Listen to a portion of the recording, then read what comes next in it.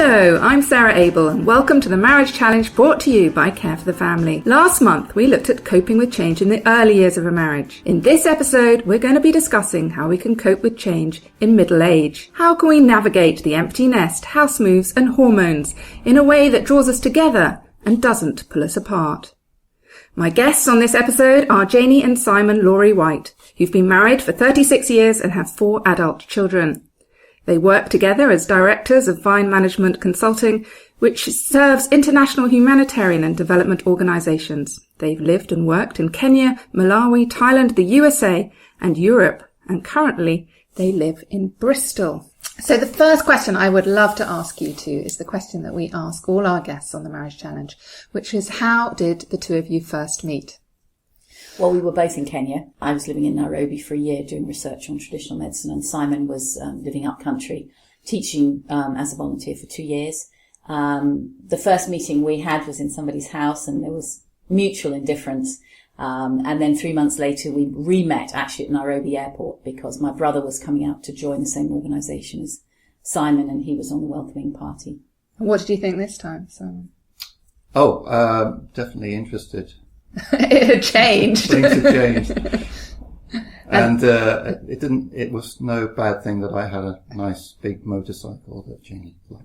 Oh, so you think it was a motorcycle that did it? I think that was the initial draw. Well, we sort of re-met again in January. We started going out in March, and we were engaged in October.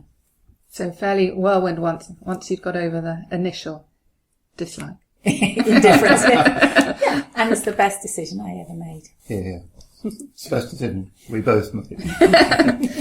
Now, we talked in the last episode about coping with change in the early years, and people sort of associate the early stages of marriage with lots of change, of setting up house together, of starting a family if you're going to have one, and all those different things. But what about those middle years, after you've been married 20 to 30 years? What for you was the experience of change like then? Well, we had met each other very young. So we went through those early years of change, and we kind of thought we got it sussed, because by the time we came to our middle 40s, we'd been married 20 plus years. And so it came as a bit of a shock, really. We became less tolerant of each other, I think. Yeah, so we did decide at one point to leave the country, and we went to the USA, we worked in New York. We then found that we'd lost our network at home. So the people we talked to were us, because we didn't have a group of friends. And some of the differences between us started to become more and more evident, and we had more and more areas of disagreement. We started having rows, and the rows got worse. And that produced a sort of distance between us. We had more and more things that we couldn't talk about, more and more areas that we couldn't talk about. So there was this sort of creeping separation between us. That was kind of shocking, because we'd always had a very high overlap marriage. We were people who wanted to spend a lot of time together, and even though we are very different, we have always been really good friends and loved each other's company and had a lot of fun together. We've had a lot of laughs together. I mean, at the same time, obviously, I was starting to go through the menopause and had a few, not horrendous, but, some symptoms.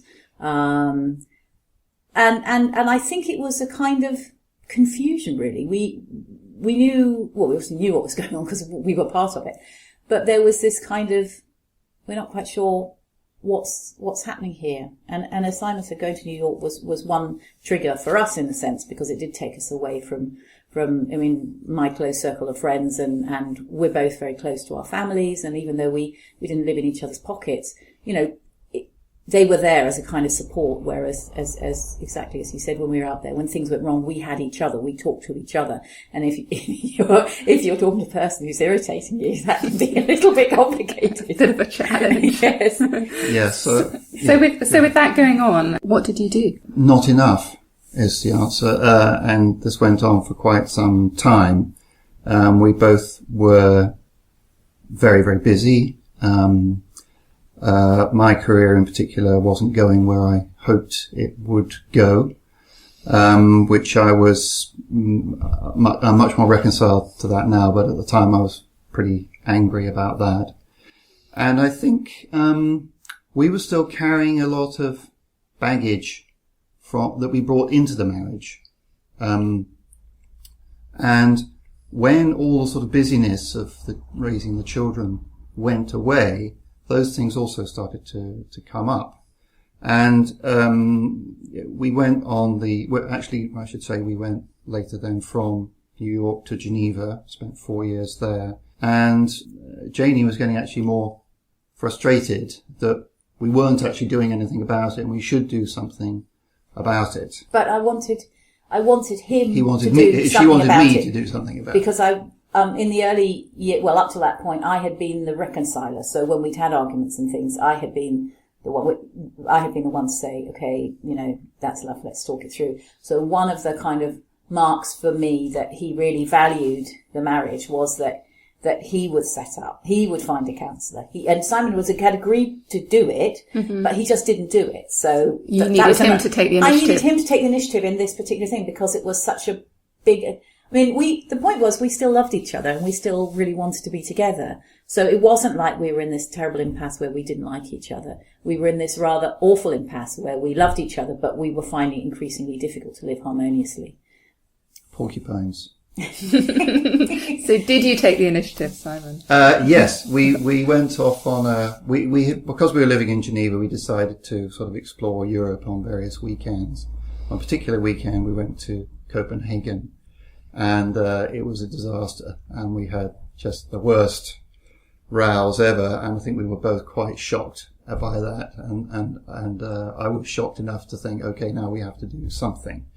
So, after a little bit of searching, managed to turn up a very, very good counsellor who we went to for a whole year of counselling, and managed to have conversations with her that we'd never managed to have by ourselves.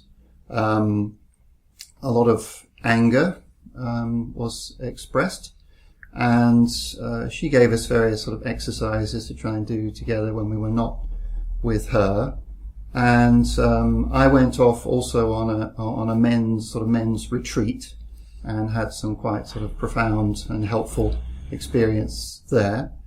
And between all of that was a great sort of released a lot of tension and also helped us to re-understand each other a lot better than we had. And having gone through that process of the counselling, what changed in your relationship? How did it operate differently from? Well, one of the key things was we're both quite passionate people, and one of the key things that we really learned was that the most destructive thing for your relationship is contempt. It's not conflict. It's not arguing. It is contempt when you disparage each other or you disparage each other's ideas.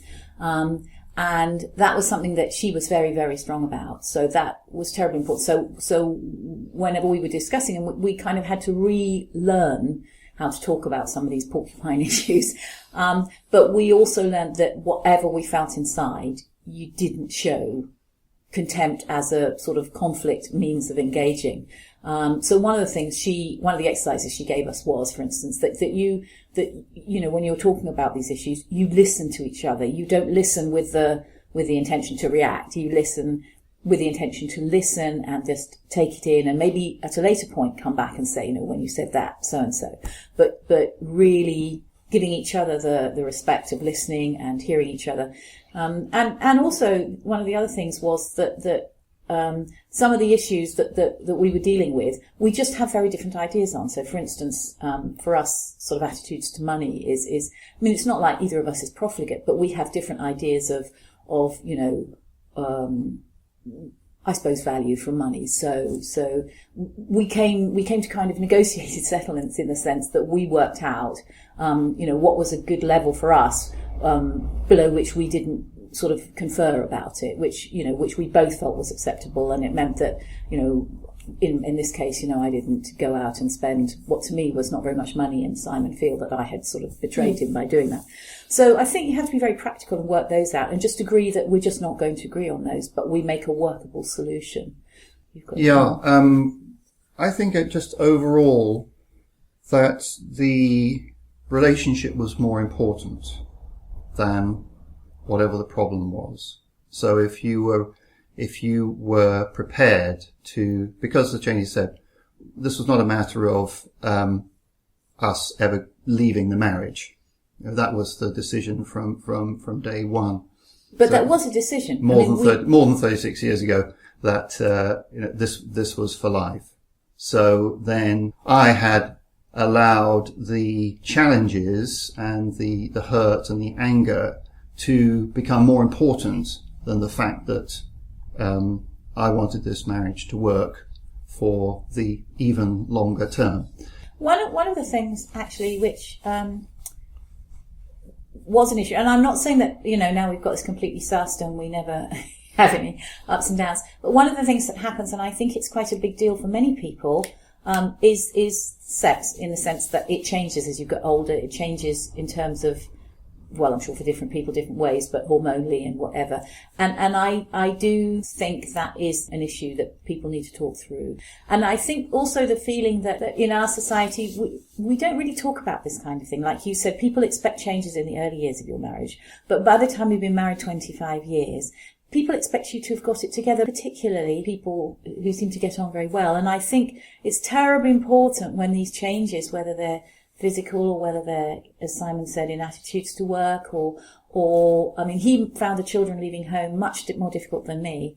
I mean, I love it when they come back, but I never had the empty nest thing, but Simon definitely did.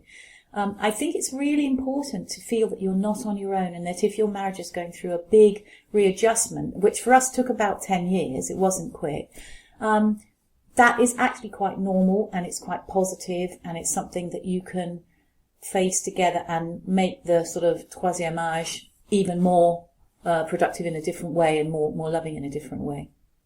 So if someone's listening and perhaps they feel that they're in that situation where their marriage doesn't seem to be what it was before, they're struggling with differences, they're experiencing changes either internally in themselves or externally because things are happening, and they're finding this really hard, like what advice would you give from your own experience about how they can kind of hold on to hope and find a way through? Well, don't hide the issues away, is the first thing, because I think that's a mistake that I made. I buried things, and Janey says there's also this sort of external expectation that people sort of look to you as an example. They think you've got it all sorted out, and wow, you've been married more than 30 years. But you've got to keep recognizing that doesn't mean everything is sorted out. You've got to keep talking to each other in a way that is not provocative. That would be the first step. And then if you need outside help, don't be afraid to get it. I would say, look on it as a normal stage and as something that can be got through together and bring great benefits. You can come out the other end. Together. Yeah. Yeah, not everyone's going to have these problems. I mean, not everyone is as sensitive as we are or as argumentative as we are or what. So I'm sure there are some people who are going to listen to this. Or have such high expectations of each other as we are, actually. Some people may not identify, but on the other hand, I'm sure there are others who have the same challenges. Yeah, and it's helpful to hear that that's normal and they're not alone, I think.